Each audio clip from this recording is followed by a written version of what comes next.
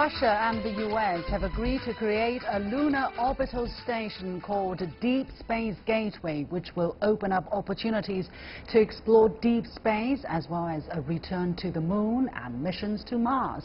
That's according to an announcement made by NASA and Russia's space agency Roscosmos at the 68th International Astronautical Congress held in Adelaide, Australia on September the 27th. He said the first modules may be put in space in 2024 to 2026, and China, India, along with other BRICS member countries, will also participate in this project.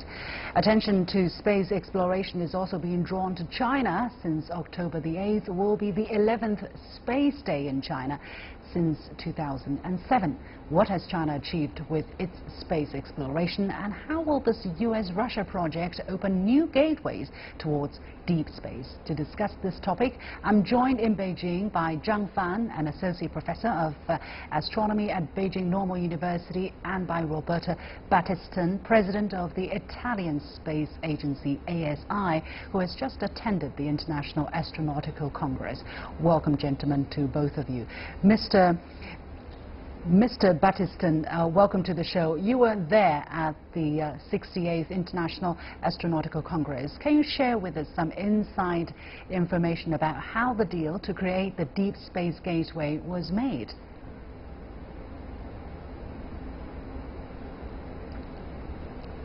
At this important conference, all the head of agency participate, and there are various opportunities to have both bilateral, multilateral discussion, as well as public panels and presentation of ideas about the future.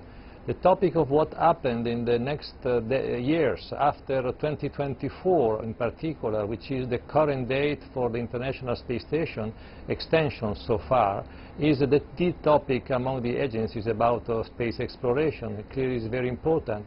And since several years, discussion went on, but basically at this conference, the idea of having as the next step, as a gateway to the moon and to Mars, to be operated in an orbit which is going around the moon and the Earth at the same time, so-called cislunar orbit, has been taking a lot of attention until these announcements was made. Now, Mr. Battiston, despite increasingly strained diplomatic relations between Washington and Moscow, Russia's top space official has confirmed that they agreed to participate in the US-led effort to devise a replacement for the International Space Station. How could this space program stay intact despite these two countries' political differences? This is the marvel of space and of space diplomacy. Space has always been an opportunity for peaceful collaboration. At the beginning, we know there was a space race. At that time, probably the ambitions of the various nations were playing a very important strategic role.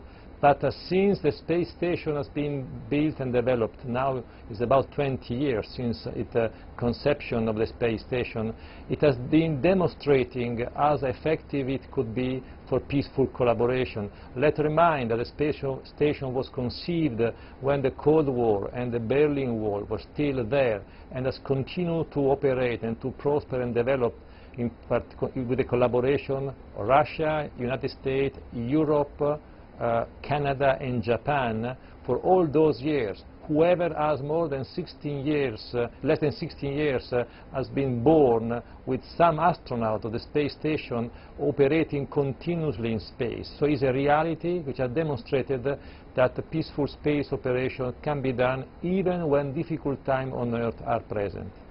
Professor Zhang, now the first modules of the station are to be completed as soon as 2024. When they are done, what more service can this Deep Space Gateway offer than the currently operating International Space Station? Well, from what I understand, some people want to use it as a fueling station for further deep space exploration. For example, I think Elon Musk would be very happy right now, because in his plan he needs a, because getting out of Earth's gravity is a very tiring effort, so you spend a lot of fuel doing that. And then for the next journey, for the next leg of the journey, if you could squirrel away some fuel on that intermediate station and then refuel over there. It'll be really helpful. And also for me, more interestingly, because I'm an astronomer, I really want to see a bunch of telescopes, excuse me, being put on the backside of the moon. And this particular station would really serve as a nice intermediate station for that kind of constructions.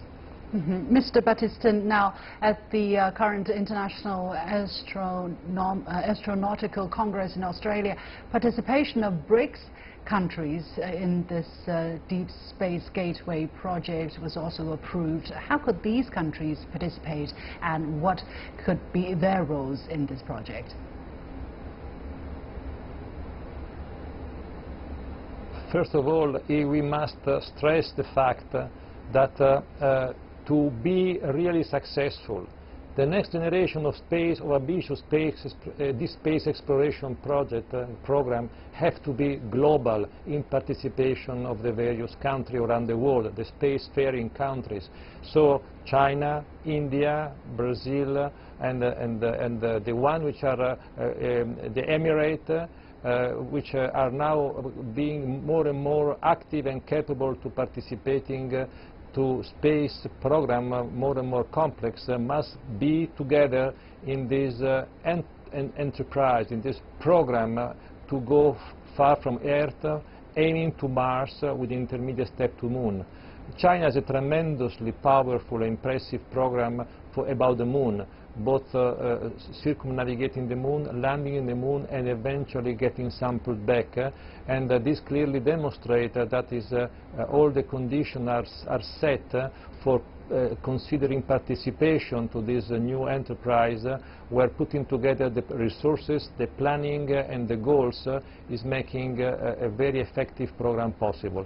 It's a challenge, but this challenge could really change the world, could really bring peaceful collaboration at the highest level among all countries around the world. Professor Zhang, now since 2011, China has been totally banned from joining the International Space Station program for so-called security reasons, according to the U.S. Congress. Now, what's the U.S. attitude currently towards China now in the area of space exploration to allow China to participate in the Deep Space Gateway project? Does that signal a potential change in the U.S. government's attitude? That is a complete surprise to me, because not just the International Space Station, which basically China is not a part of, solely because of the U.S. objections. All the other countries, as I understand, would be perfectly okay with that. So even beyond that, the Congress passed a ban on using NASA money for any sort of collaboration with China. So they're not allowed to host Chinese scientists, and they're not allowed to use NASA money to actually travel to China or do any sort of bilateral collaboration. A lot of scientists are really, really unhappy about that. They even boycotted an international meeting, but in the end, Congress holds the purse string, so there's very little they can do. But this, if this Deep Space Gateway collaboration really goes ahead, including China, then that would be a major change on the part of the U.S. policies. I hope that's because they start to realize the value of including China in this kind of collaboration. So maybe in the past, including China would signal like one-way technology transfer, and there's nothing to gain for the U.S. But nowadays, hopefully the achievement of the Chinese space program actually demonstrated to them that there's something worthwhile doing in terms of collaborations. Maybe there's something to be learned from China by scientists from the United States, if not now, someday in the future. But Mr. Battiston, let's talk about the Aerospace Day in China. The China Aerospace Science and Technology Corporation made October the 8th of 2007 the first space day. Now, over the past 10 years, what space achievement made by China has impressed you the most?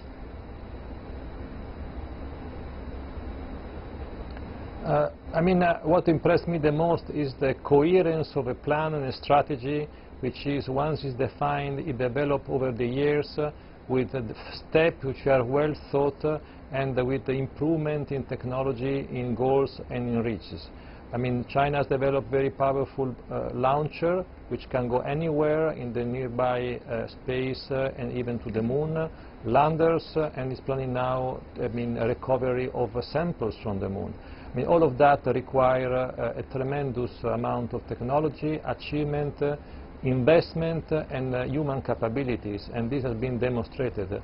I mean, as has been pointed out by the previous intervention by the professor, there is clearly a political will and decision-making process which has to be developing, but we really hope that space can foster this collaboration because it has demonstrated how successful can be, not only from the technological point of view, which is a stimulation for all kind of development, also at the industrial level, but most important from the political point of view, because when countries start to talk in space, they also continue to talk on ground.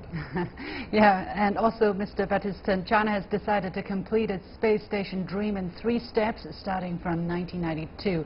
By now, the first 2 steps have been successfully finished. If the space station can be finished as expected by 2022, how do you look at the developing speed of China's aerospace industry?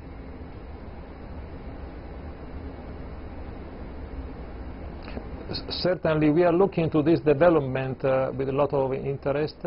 China is collaborating with various countries and has declared a number of times that this space station program is open to international collaboration. We are taking this very seriously because the opportunity of operating in space on another station will be very beneficial from the scientific and the technological point of view for many countries in the world which are interested in space, Italy among them. Professor Zhang, by 2020, or in the 2020s, both China's space station and the US-led Deep Space Gateway are expected to be finished. What differences are we expecting from these two, and what interactive relationship will they form? More in a cooperative way or more in a competitive way? So China's station will be orbiting Earth solely, and the Deep Space Gateway will be orbiting the Moon. So they're not really competitive in any way. So the physics is just not geared that way. So I hope they will be working in a very cooperative way, because the Chinese station, the Chinese leadership has announced that it's going to be open for all to use. So I wish the international community would really take full advantage of that, maybe use it as a waylay station, intermediate station, sort of on its way to construct that the gateway. And also, I hope as I said earlier, I'm really interested in seeing some Chinese telescopes being put on the moon. So if the international gateway can facilitate some other Chinese projects, that would be really really helpful as well. You have been watching The Point with me, Liu Xin, and we'll continue our discussion right after this short break. Stay with us.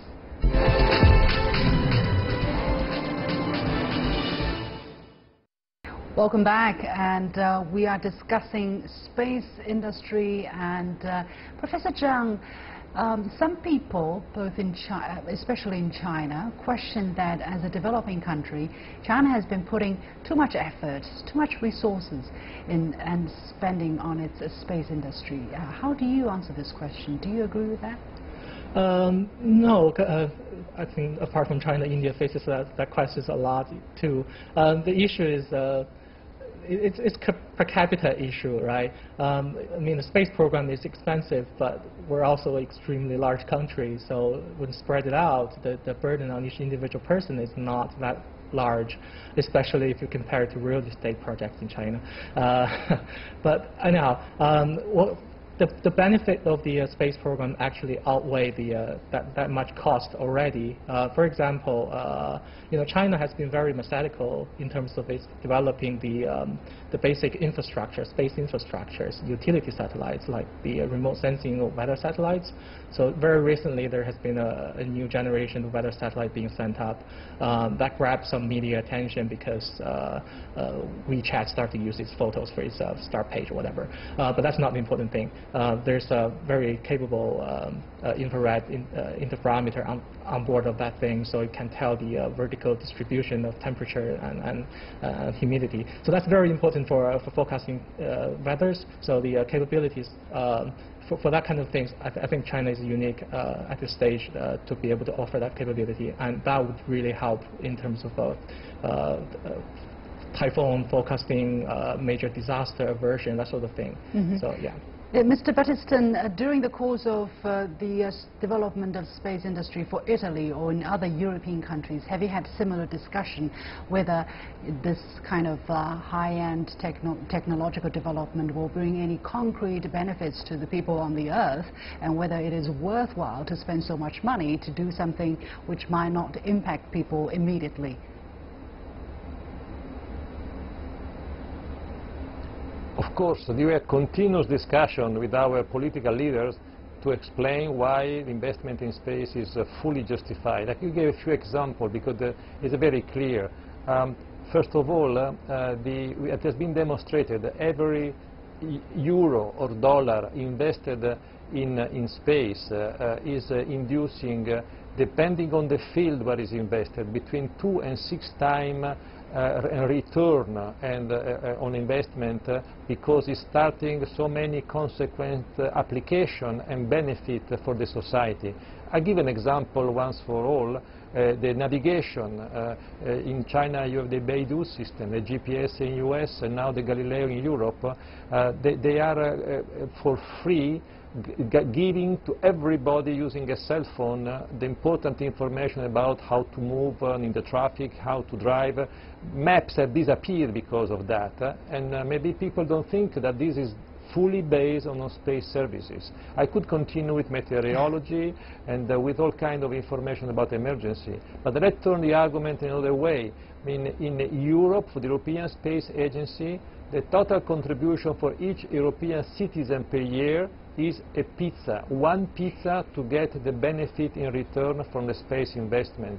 And I could continue for medicine, all kinds of technologies, transportation and so on. It's an immense return on such a small investment. Basically, if politicians would see that, they could easily multiply the investment in the space just because it's an economical driver, and many countries are understanding that more and more, especially in the evolving countries. Basically, I use shared bikes or shared applications very much, and every time basically when I'm riding a bike I'm using space technology, right, in that sense. Professor Zhang, now some experts, let's talk about China's Long March series. Some people are saying China's successful launch of the Long March 5 rockets would get itself a ticket to enter the League of Space Superpowers. Do you agree? And why are the Long March 5 rockets given such great importance? Well, the League of Space Superpowers is a very small league. So with or without the Long March 5, if you want to count the top 5, we're probably in it already. So I don't know how important the Long March 5 is, but Long March 5 as a rocket is extremely important because it's a very powerful rocket. I think it's only slightly less powerful than the biggest Delta IV rockets that Americans have. So it's basically the second most powerful one as far as I understand it.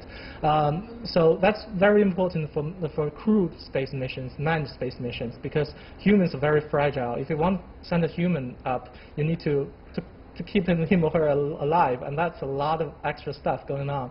So you really need a heavyweight rocket, and Long March 5 is by far the largest one that China has. Now, it is not perfect, though. The Long March 5 rockets, known as China's most powerful ones, are expected to launch lunar probes Chang'e 5 and Chang'e 4, respectively, later this year and next year. But in July this year, a launch of this rocket ended in failure. How much would this incident or accident affect China's plan to fulfill its space station goal by 2022? So for this year's missions, there might be some delays, but for the future, I really don't think there will be that much of a problem because, well, it's a completely new rocket. A lot of new technologies, new fuel goes into that rocket. So if it doesn't go wrong somewhere, that would be the more surprising to me. Well, I don't know whether you've seen this video that Elon Musk put out about the SpaceX failures, all the rockets exploding. At least Long March 5 didn't explode. And the first launch was actually a success. It's only the second one that had a snag during the first stage of the flight. Yeah, Mr. Battista, I'm going to ask you this question because we care about it a lot. With what China has achieved by now, do you or do your European counterparts or international counterparts view China as a superpower in space exploration? Yes or no? And what are the standards in your eyes of becoming a space superpower?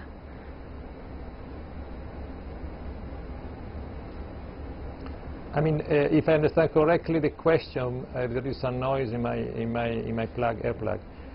You understand? Satellite technology needs to be improved. The European space strategy and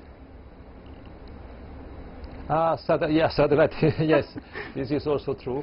Or maybe air plug technology should be improved.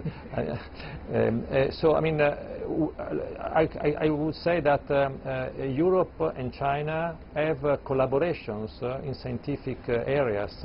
In particular, Europe, ESA signed an agreement with the China Manned Space Agency, and Italy has signed 2 agreements, one with China Manned Space Agency and the China National Space Agency, about collaboration both on the manned exploration as well as in scientific activity. We do have a satellite ready for launch, the China Seismo electromagnetic satellite, where Italy has contributed with payloads for this innovative satellite to explore seismology monitoring from space, a very interesting, exciting possibility to use space to monitor what happened around an earthquake. These are examples of very new technologies which are explored together in collaboration between Italy and China or between ESA and China. Yeah. I think we should continue and increase this collaboration, especially basing that on scientific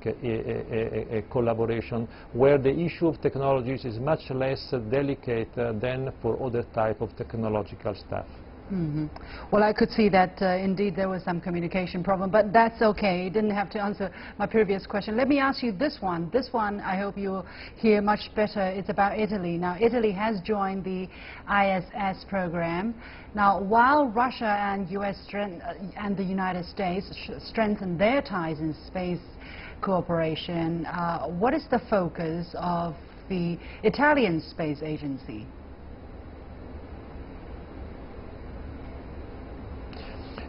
The focus of the Italian Space Agency is a multiple focus. We do have a very diversified and complete chain in our industrial organization, from the launcher with the Vega launcher, which has completed its 10th launch without any issues in the last 5 years, to the satellite, in particular a synthetic aperture radar satellite, the Cosmos Skymet constellation.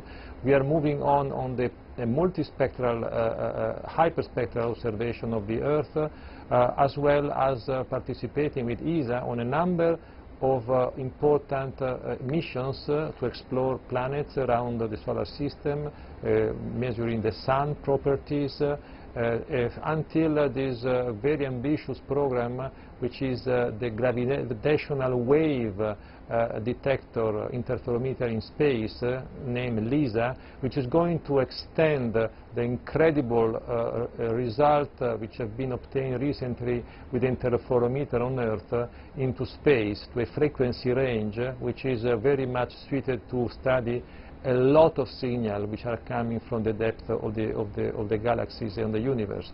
So it's a very varied program, both technology as well as very strong scientific content.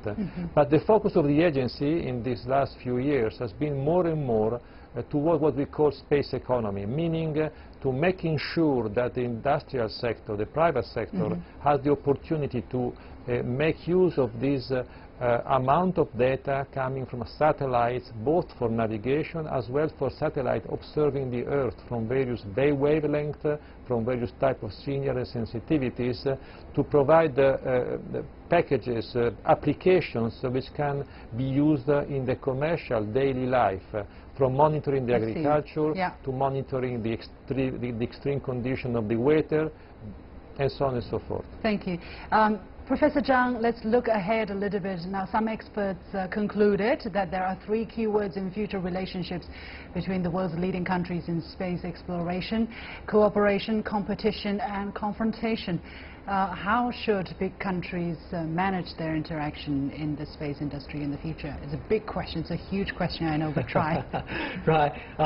Being a scientist, my advice is to trust your scientists and engineers. There's undoubtedly military aspects of space programs. You need to ring-fence that maybe, but trust your scientists to actually do that. Don't impose like one-size-fits-all bans on space collaborations. You're doing more harm to yourself than you know. Okay, we have to leave it there. Many thanks to our guest, Associate Professor Zhang Fan of Astronomy from Beijing Normal University, and Roberto Battiston, President of the Italian Space Agency, joining us from Australia. Here is my last point. Basically, the conversation reminds me of some scenes in the movie Valerian and the City of 1,000 Planets. People and creatures of all backgrounds joined the city one after another, China being one of the first to do so. Indeed, the path to outer space is not a privilege for just a few, but a right for all. A few paranoid politicians in one country should not block the journey of another's legitimate quest into space. To cooperate rather than to confront will benefit mankind as a whole.